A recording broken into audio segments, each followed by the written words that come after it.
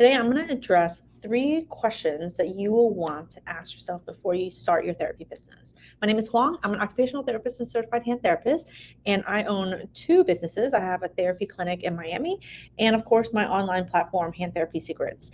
Um, I really wish I had these questions when I first started.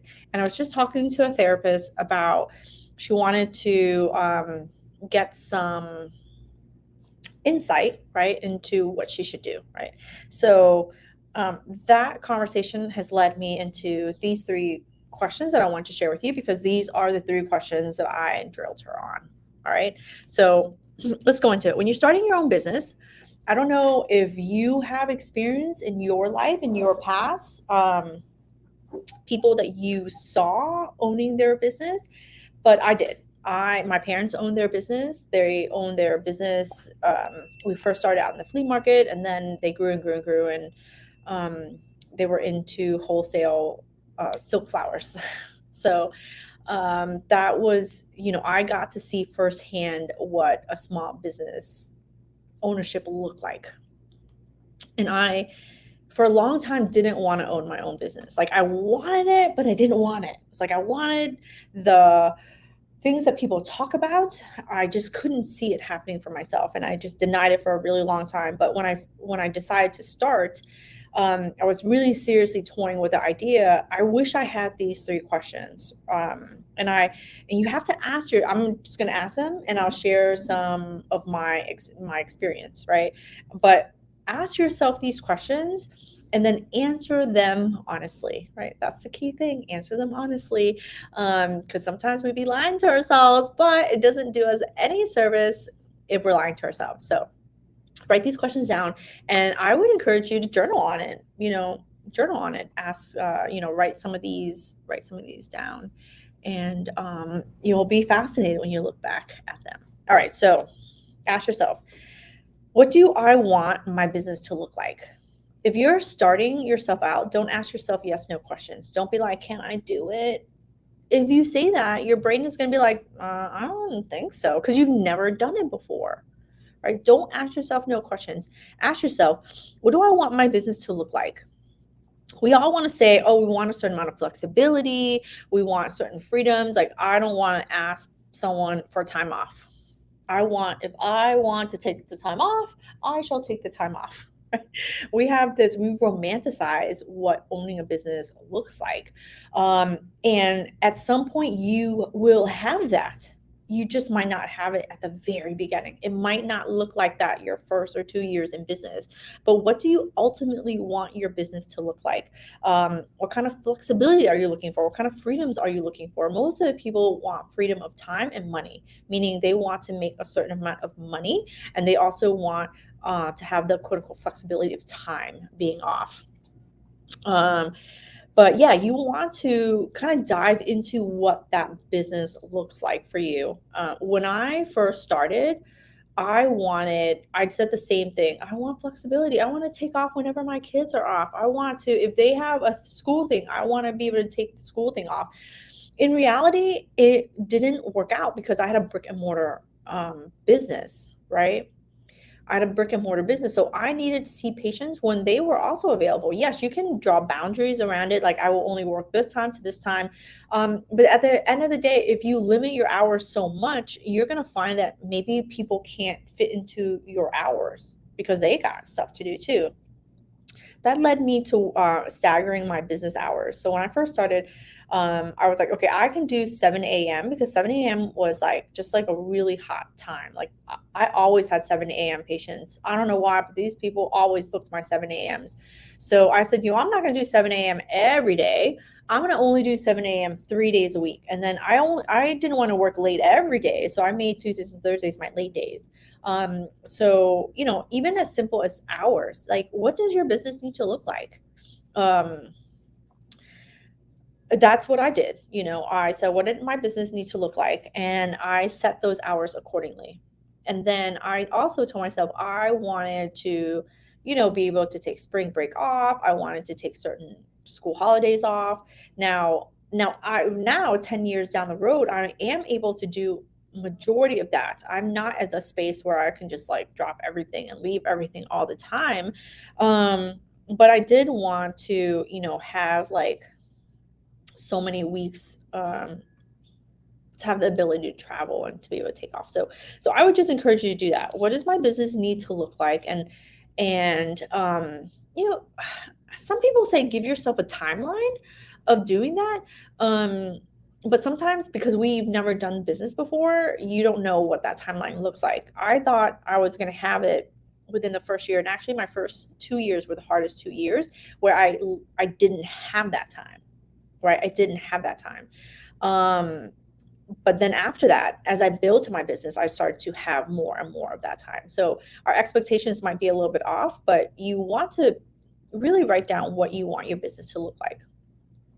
The second thing is like we are nothing without our personal lives. We are the same person, personal and business. We're the same people. So I would encourage you, what do you want your personal life to look like? What do I want my marriage to look like? What do I want? Like if you're single, what does that look like?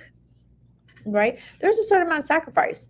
There's a certain amount of I gotta hate using the word sacrifice, but there's decisions to be made around that. So I was already married when I started my business. So if you're already married starting your business, um what's important to you? Is your marriage important to you, or are you okay like if it didn't last, right?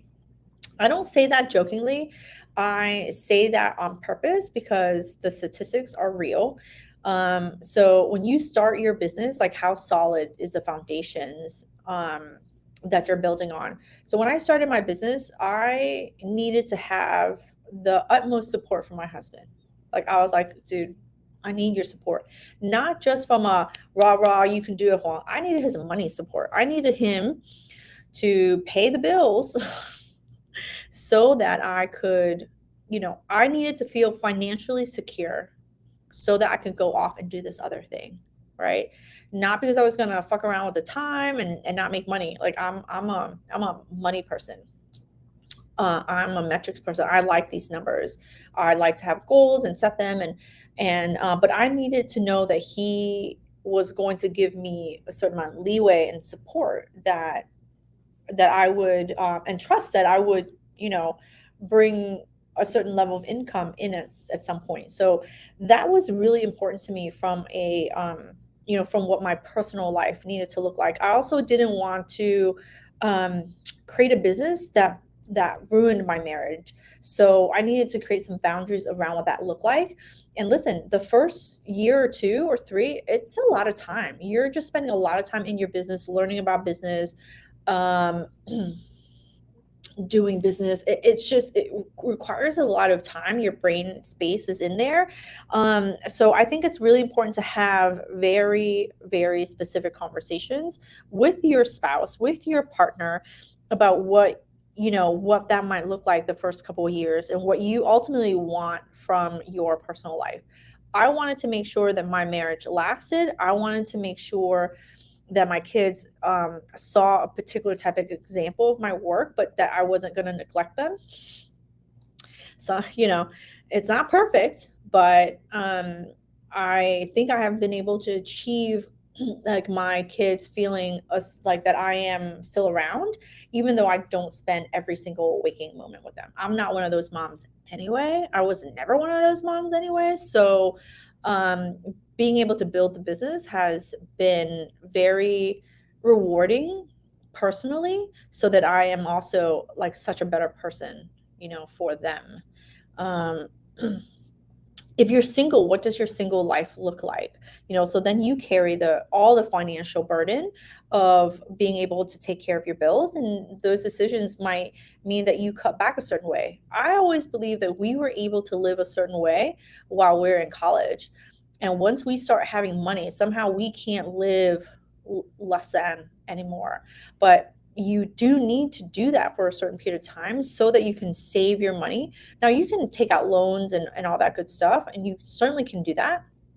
Um, I just chose the route of not taking out, bank loans to start my business. I cut back and I saved. And then, of course, being with a partner helped me to mitigate some of those other costs. If you're single, you have to look at like what your personal life looks like. What is it going to look like to build, and are you willing to do that, right? Are you willing to do that? If you have kids and don't have kids, you want to have kids or you never want to have kids, those are things that I think are important to think about, and build your business around what your personal life ideally looks like. I don't think that you can build a business without those considerations. I really don't. So, what do you want your business to look like? What do you want your personal life to look like? And then, when you're starting out in your business, you really have to ask yourself, what am I really good at doing in terms of skills? Who am I really good at helping? When I first started, I knew like all my patients used to tell me like I have like magical hands, right? And I saw a ton of post-surgical cases. Post-surgical cases, how do you call it? Making splints. I was really good at those things. Wound care, I was really good at those things. And so when I started my business, I led with that. I led with the things that I was really good at. And then I started to grow and expand beyond the borders of how I started out, right? You want to start out with, what am I really good at doing? What problems can I solve for someone else? Sometimes we think these questions are about like, oh, we communicate really well. I have really great interpersonal skills. I have really great soft skills, meaning like I'm charismatic. I connect with people. People are always drawn to my energy, right? People say how easy it is for them to talk to me. These are all great skills. Thank God you have them, because it's hard to build a business without them, right? But those are not hard skills that you can sell, right? From a therapy perspective, will it help you? Absolutely. Your ability to communicate well will absolutely help you. But what problem can you fix that people are willing to pay for? That ultimately is a question that you have to ask yourself, and you have to be honest. So I was working with a therapist once, and she was like, I want to start this business. I want to do some side stuff. And I asked her this question, and she answered like, well, I want to work with athletes and pro athletes. And I was like, yeah, but do you have any experience working with athletes, working with getting them back into the game? Right? Because when athletes hurt themselves, they have a team of people that is at their disposal to get them better faster. And pain doesn't matter. Performance matters, right? You have to be able to play. So as a therapist, you have to be able to fix them and fix them fast. And there's no time to waste, right? So if you're starting out in your business and you don't have those mad skills, you don't have those past experiences, it's going to be hard to then say, hey, I can help you, pro athlete or whatever, with your shoulder pain, right? Because you don't have those skills, right? And no one is going to pay you to develop those skills and then get them better. They expect you to come in knowing how to fix them, period. So it is such an important question to ask yourself and to be really honest. You know, who am I really good at helping right now? So I started with post-surgical cases, and that was my thing. I was really great with fractures, tendon lacerations, rotator cuff surgeries, all those post-surgical stuff. And then within a few years of being in business, I started to realize, man, there is a whole pocket of people who have chronic issues, and they're looking for answers. They're looking for someone to help them, and nobody's helping them. Everyone is telling them, go and have surgery, go and have surgery. And I used to be one of those people who was like, go and have surgery, because I worked in a hospital next to surgeons who said, just go have surgeries, right? I myself have gone through the experience of getting injured and then everyone telling me, just go have surgery. So I knew nothing but surgery. Once I went out on my own, I started to realize, hey, there is this person who they don't really need surgery. They're not a candidate for surgery. Holy moly, why is everyone just offering surgeries? Right? And then it became more and more and more that I started to work with people who I could help that didn't need surgery. There's some people who are just not a candidate for surgery, right? The other thing is I was working with people with surgeries who they were not getting the help fast enough, so they got stuck and they were at risk for a secondary surgery. So I could actually help them avoid a secondary surgery, right? And then that became something that I was really good at.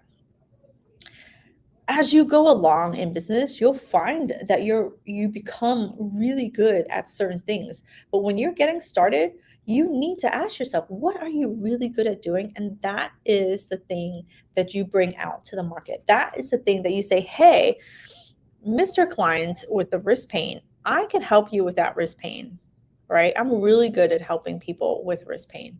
I'm just making that up, right? Or I am really good at helping people with wrist pain. But if that's what you're really good at, that's what you lead with. When you start out, you need those quick wins to kind of like let you know, yes, this is a game I want to play. This is the next step. Like I'm committed to. I will invest in this. I see that the fruits of my labor um, will, be rewarded. You know what I mean? So, um, so yeah, this was exactly the conversation that I had with a therapist that I'm working with that's, wanting to start her own business. And, she's teetering along, right? Um, and the thing is I value I value working with people who are committed, right? You can see that throughout all my programs, especially the exam prep program. It's priced a certain way. I want people who are committed because if you're not committed, you're going to teeter totter and you're just not going to do the thing. And then you won't be successful. And is it the program not successful or is it you just teetering tottering and not being able to make decisions, right? See why everything comes down to making decisions? See why everything comes down to problem solving and making decisions, right? And so this starts your ability to make some key decisions for yourself because everything in business is about making decisions. There's a saying, um, things happen, and only after time passes will you figure out whether it was a good thing or a bad thing, right? That's essentially saying things happen, and it's only until later, only until after time passes, will you determine whether it was a good thing or a bad thing, right? So, um, as you think through these questions, right, you want to start learning the habit of making these decisions for yourself because nobody's going to tell you what to do. No one's going to tell you how to run your business. You have to make decisions around how you want, what does it need to look like. But first, you start with what your business needs to look like. Do you want one location? How do you want to build it out? What kind of patients do you want to see? Down to what kind of hours you want to carry, right? What does my personal life need to look like as I'm running this business? Well, I don't want to, make money and run a business and sacrifice my personal life, my marriage. So how do I work to balance them out? Those are decisions. I need the commitment from my spouse that's not gonna feel some kind of way because I'm working, you know. I need to surround, my friends, they need, my family, they need to understand. Sometimes they don't need to understand, and you need to minimize contact, right? While you're building this thing. What does that need to look like for you? And the more specific you get, the better off you're going to be. The easier it is going to be to make decisions. You're going to start off real generalized, and that's okay. Ask yourself over and over and then get more and more and more and more specific. You're going to start real generalized. It's okay. I want flexibility. Well, what does that shit look like? What are you talking about? um I want time off. Like, I want this amount, I want lots of money. Well, get specific. How much do you actually really need right now, right? What am I really good at? Get specific. Don't just think it's about splinting or about manual therapy, about the techniques. It's never about the technique. It's about the problem you will solve for someone who's willing to pay you, right? Um, if you pick a group of people who are unwilling to pay you, that's not a business. You won't be in business very long, right? So start out like broad. It's okay. That's why I say like write it out, and then you go back to it, the next day, a week later, and you get even more and more and more specific. I honestly wish I had this type of conversation with someone when I was starting out. I think it would have saved me a lot of time. So I hope this gets you thinking and helps you to save some time as you start out on your business or continue to grow it. Because you can ask these questions all the time. It doesn't matter how many years in business you are. I still ask these questions being in business 10 years later. If I can do it, you can do it. All right, my name is Huang Tran. If you like this kind of video and this helps you think through what you want, leave me a comment. I'd really like to know if this has provided some insight. If you have any questions, leave them below. Really love to hear if this is bringing you some value. All right. Until next time, I'll talk to you later. Thank you. Hey therapy friends, it's Huang here. Thanks again for watching my video. And if you like videos like this that can help you just crush it in the hand therapy world as an occupational therapist, then hit the subscribe button and enjoy the video. Thanks again for watching.